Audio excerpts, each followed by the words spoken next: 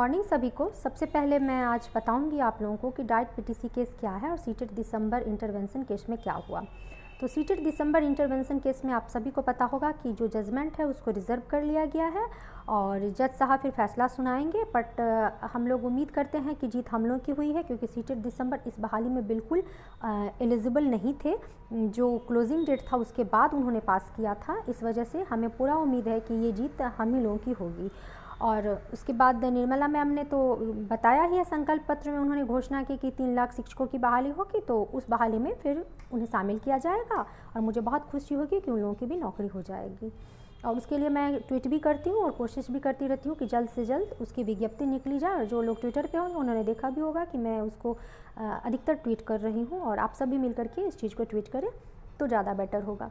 But अभी हम चलते हैं कि सीटेड दिसंबर केस में हमने बताया कि जीत तो हमारी होनी ही है, बट मैं ना मैं अदालत हूँ ना मैं जज हूँ, तो हमें उसका वेट करना चाहिए कि जज साहब क्या डिसीजंस देते हैं।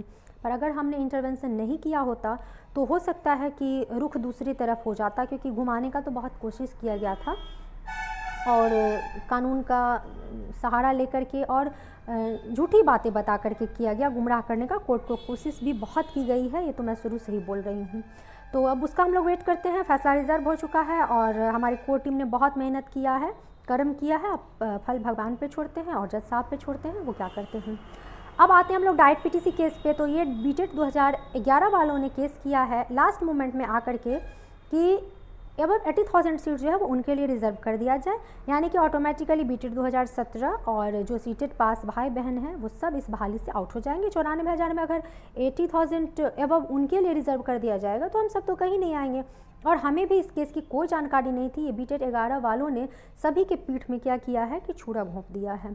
तो हमें फिर इनका मुंह तोड़ जवाब देना है, इंटरवेंशन करके हमें इन्हीं की भाषा में हमें जवाब देना होगा। अगर हम इंटरवेंशन नहीं करेंगे तो फिर पता नहीं ये क्या करेंगे, वो मुझे नहीं पता।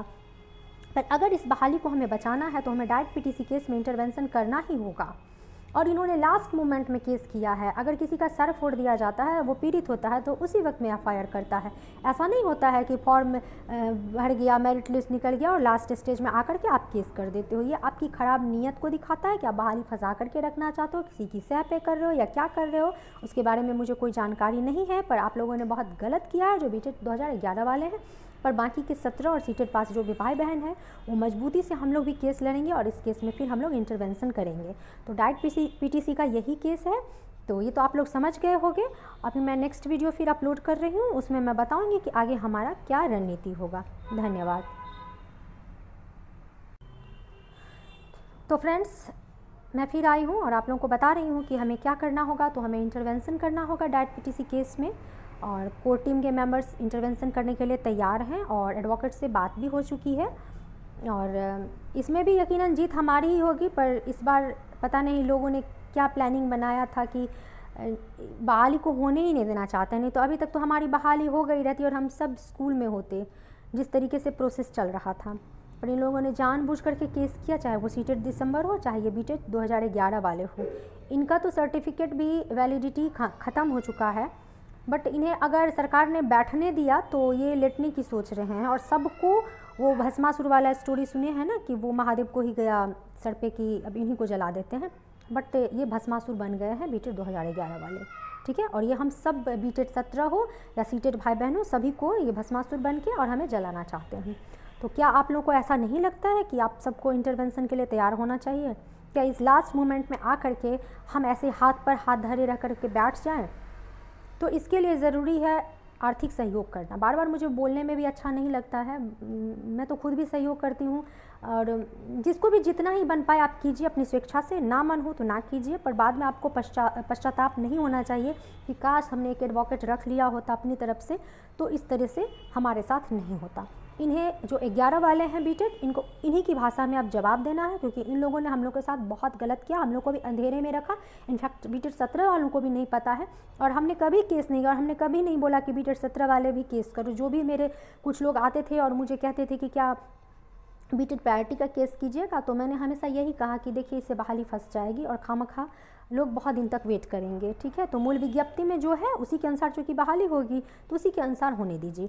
और इनके केस में कोई दम है नहीं बीटेड 11 वालों, क्योंकि मूल विज्ञप्ति में ऐसा था ही नहीं कि 11 वालों को प्रायोरिटी दिया जाएगा। और आप जानते हैं आप लोग कि बीएड वाले भी केस इसी बेसिस पे जीते हैं, क्योंकि मूल विज्ञप्ति में जो है उसी के आधार पर कोई बहाली प्रक्रिया हो सकती है।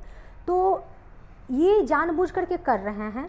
तो अब इसका हम लोग क्या कर सकते हैं, तो एक ही चीज़ कर सकते हैं कि कानून की भाषा में ही हम लोग जवाब दे सकते हैं। तो आप सबसे हम उम्मीद रखते हैं कि आप लोग आर्थिक सहयोग करेंगे। और रोशन जी का अकाउंट नंबर जारी हुआ है, आप लोग को शेयर कर दिया जाएगा। जिससे जितना ही बन पड़े वो उतना ही कीजिए, जिससे ना बन पड़े, जिनकी आर्थिक स्थिति अच्छी ना हो वो प्लीज़ ना करें। और हम लोग थोड़ा सा भी इस बात के लिए मलाल नहीं रखते हैं कि इन्होंने क्यों नहीं दिया, बट जो कर सकते हैं वो कीजिए, क्योंकि ये आखिरी बार है जब हम लोग केस में इंटरवेंशन करेंगे। अब अगर कुछ होता है तो हम लोग भी फिर नहीं कर पाएंगे, पर अगर अभी नहीं करेंगे तो पश्चाताप रह जाएगा कि हम लोगों ने अपना एक आखिरी प्रयास नहीं किया। धन्यवाद।